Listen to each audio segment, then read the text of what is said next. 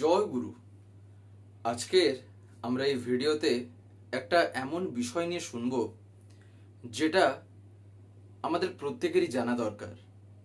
অতি সংক্ষিপ্ত আকারে আজকে আমরা তা জানার চেষ্টা করব।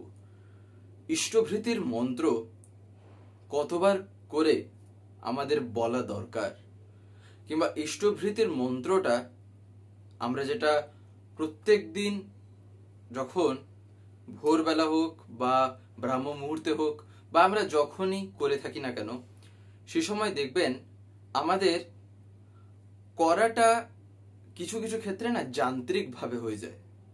অর্থাৎ একটা অভ্যাসে পরিণত হয়ে যাওয়ার পরে ওই দাঁত মাজার মতন যে একটা হয় না, সকালে উঠে বললাম, হাত আপনা থেকে দেখবেন ব্রাশের কাছে চলে যায়, দাঁত মাজতে মাজতে ভাবনা একটা আলাদা কিছুরই হয়, কিন্তু দাঁতটা আপনা থেকে মাজা হয়ে যায়।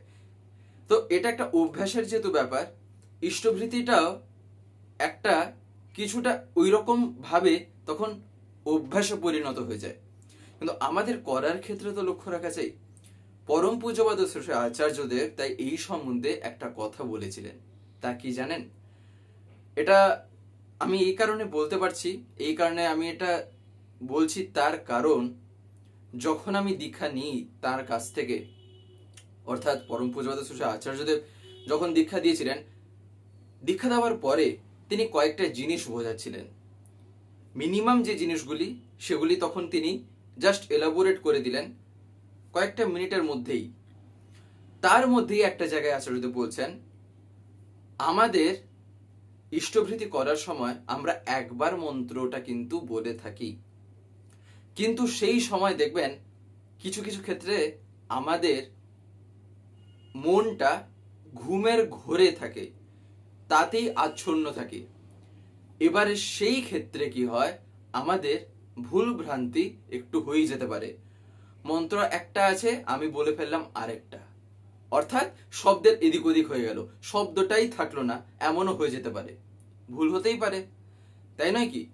তাই আচার্যদেব তখন বলছেন, আমাদের এই মন্ত্রটাকে 3 বার করে বলা লাগে।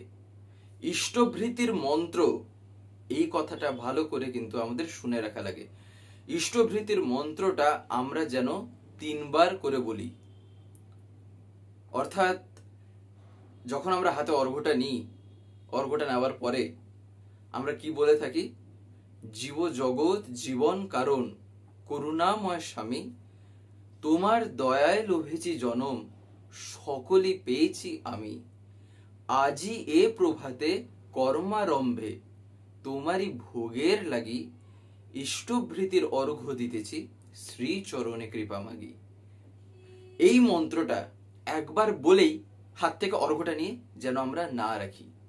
এইখানেই আচার্যদেব বলছেন। এবার এইটা এখন তাকিয়ে আছি, এখন বেশ বলতে পারেন আলোচনাটাও যখন আমরা শুনছি এমন একটা সময়, যে সময় আমাদের হয়তো ঘুমটুম কিছু নেই, আমরা জাস্ট আলোচনাটা যে শুনছি নিজেরা হয়তো ঠিক বলছি, কিন্তু সেই সময়টায় সেই ঘুমের ঘোর থেকে বেরিয়ে আসাটা, সেটা তো একটা বলতে পারেন এমন একটা ব্যাপার। সেই সময়ে কিছু কিছু ক্ষেত্রে ওই তাড়াহুড়ো করে যে ইষ্টভৃতি করার একটা ব্যাপারও, তো যাই হোক না কেন, অনেক রকমই তো ব্যাপার থাকতে পারে।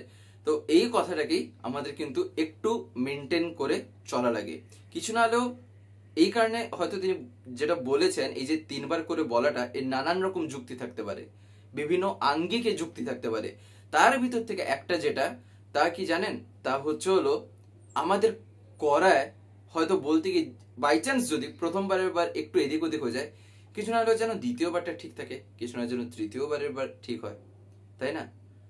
তাই মিনিমাম আর কি এই কথাটা একটু মাথায় রাখা দরকার, একটু খেয়াল রাখা দরকার।